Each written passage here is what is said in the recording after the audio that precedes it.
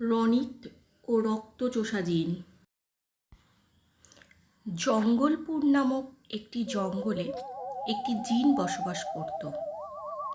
তার এতটাই ক্ষমতা যে সে এক নিমেষে একটা গাছ উপড়ে ফেলতে পারত। তার এতটাই দাপট, ওই তীর সীমানায় কেউ যেত না। তার এতটাই হুঙ্কার। জঙ্গলপুরের পাশেই ছিল মঙ্গলপুর। সেখানে গ্রামবাসীরা সেই জিনের আন্দাজ পেত। কখনো তাদের গরু, কখনো তাদের ছাগল চুরি যেত প্রায়ই। তারা ধরেই নিত জিন নিয়ে গেছে। এক আধজন তাদের দেখেও ছিল। তো সেই হিসেবে তারা ওই পাহাড়ের জঙ্গলটার কাছে কেউ যেতে ভয়। তো একদিন রনি তার বন্ধু মিলে ওই গ্রামে বেড়াতে এসেছে এবং রনি তার বন্ধুর কাছে যাচ্ছে। তার বন্ধুর নাম বনি। রনিতকে দেখে বনি বলে, এই, তোর জন্য কতক্ষণ দাঁড়িয়ে থাকতে হবে রে? জানিস এখানে জিন থাকে? তোর জন্য দাঁড়িয়ে থেকে থেকে সন্ধ্যা হয়ে গেল, আমরা চলে যাচ্ছি। তারপরে রনিত বলে ওঠে, কি করব মনি ভাই বল, মা চিনি আনতে বললো তো তাই জন্য দেরি হয়ে গেল। আবার কালকে দেখা করব, ঠিক আছে? এই বলে রনি আর বনি দুজনেই বাড়ি চলে গেল। পরের দিন যখন রনিত আবার এই গ্রামে এলো, তখন একটা দাদু বলে কি, ও ছোড়া, তুমি এখানে এসেছো কেন? তুমি জানো না এই সন্ধ্যের পর এই এলাকার বাড়ি থেকে কেউ বেরোয় না? তোমাদের প্রাণে কি ভয় নেই?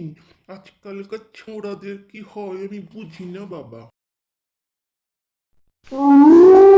এরপর রাত নামে এবং ভয়ঙ্কর একটা আওয়াজ পুরো গ্রামটাকে ভয়ে জর্জরিত করে দিতে থাকে।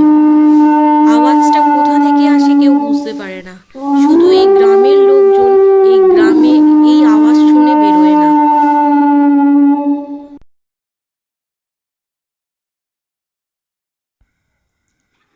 বুঝলে গিন্নি, আমাদের ভয়ে এদিকে কেউ আসে না গো। আমাদের ভয়ে এদিকে কেউ আসে না। তোমার স্বামী সত্যি দেখেছ? এই আমার পালোয়ান চলে এলেন, উনি নাকি সত্যি দেখাচ্ছেন। শোনো, আমার বুদ্ধির জন্যই তোমার এই শান্তিতে থাকা।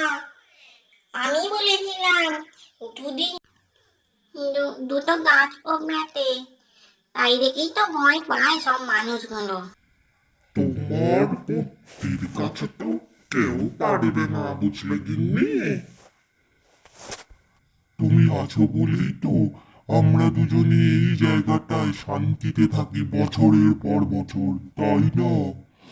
তা চলো ঘুমিয়ে পড়ি। পরদিন যখন রনিত আর বনি দুজনেই আবার মঙ্গলপুরে ঘুরতে এসেছে, তখন রনিত আর বনি প্ল্যান করে সেই জঙ্গলের দিকে যাবে। বুঝলি ননিত, তুই তোর বাবার ওই এয়ার গানটা নিয়ে আসবি, আর আমি একটা টর্চ নিয়ে যাব তোর সঙ্গে। এই বলে তারা দুজনে ওই জঙ্গলের মধ্যে জিনকে খুঁজতে গেল। বনি, আমার ভয় পাচ্ছে খুব। এই চুপ কর তো, ছেলে হয়েছিস কি করতে? কিচ্ছু ভয় নেই, কেউ কোথাও নেই। চল খুঁজে আসি, বার করি দুটোকে।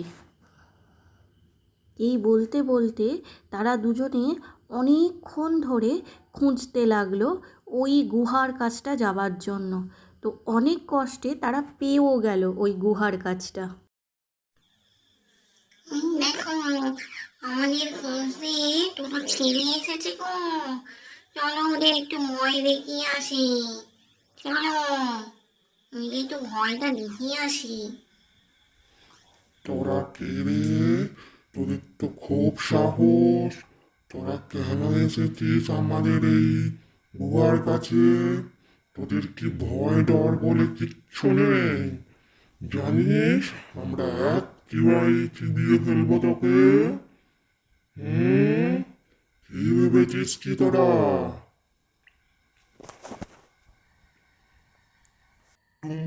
এই জঙ্গল ছেড়ে চলে যাও, কারণ আমাদের গ্রাম থেকে তোমরা প্রায় গরু, ছাগল, হাঁস, মুরগি সব তুলে নিয়ে চলে যাচ্ছ।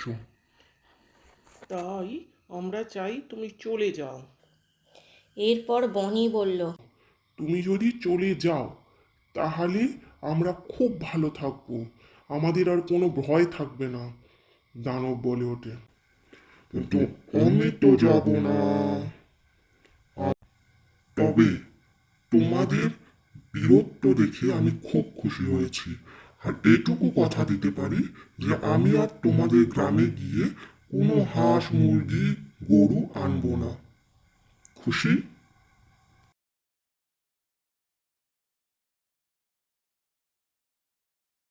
তারপর থেকে ওই গ্রামে সবাই সুখ শান্তিতে বসবাস করতে লাগলো, আর কোনো কিছুই চুরি হয় না ওখানে।